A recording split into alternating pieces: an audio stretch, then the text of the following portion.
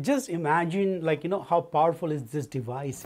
It can sense your touch, it can hear you, it can see you, it can know your location.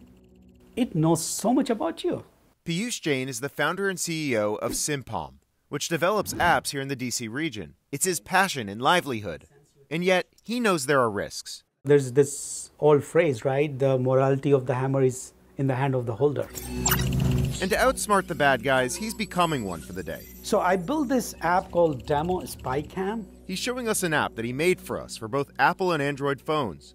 After downloading it, he was asked to grant access to his phone's microphone and camera. After that, every time he opens it, the recordings will start automatically. I'm going to start the app, and I'm just going to move it around. And after a quick pan around the room, he turned to the computer where the video went directly to the Simpom server. And I'm just going to move it around. There you go. See? I see your tie. I see what you're wearing. Look at that. All this a warning about what's possible when you give apps permission. You need to know what apps are on your phone. Rebecca Harold, who has spent 30 years as a data privacy expert, tells us we usually agree to sharing our private data when we download an app, because people rarely read the terms of agreement, and this leaves our data vulnerable, from video and audio to our camera roll and contacts list, even our GPS location. A lot of folks don't realize that when they download an app, even if it's just a game app or a silly image app or whatever, oftentimes that's how these accesses to phones are accomplished. So how do you know if an app is accessing your phone's data? If you have an iPhone, you'll want to pay attention to this. Every time your camera is accessed, a small green light will pop up in the top right corner.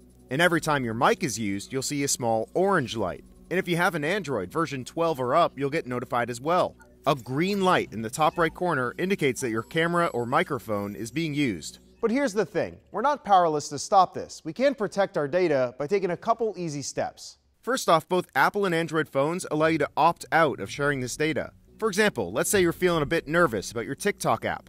With a few clicks in your settings, you could take away the app's access to your contacts, microphone, and camera. Because that's iPhone closing the door. So even if TikTok really wanted my data, Correct. the door is closed. Door is closed, yeah. Blinds are down, right? Blinds are Yeah, down. exactly. Harold also says it's a good idea to remove apps regularly from your phone. A lot of people don't realize that if you don't use that app, but it's loaded on your phone, that app is still doing things in the background.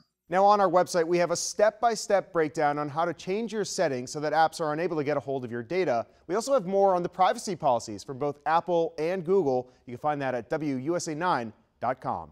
For WUSA9, I'm Evan Koslof.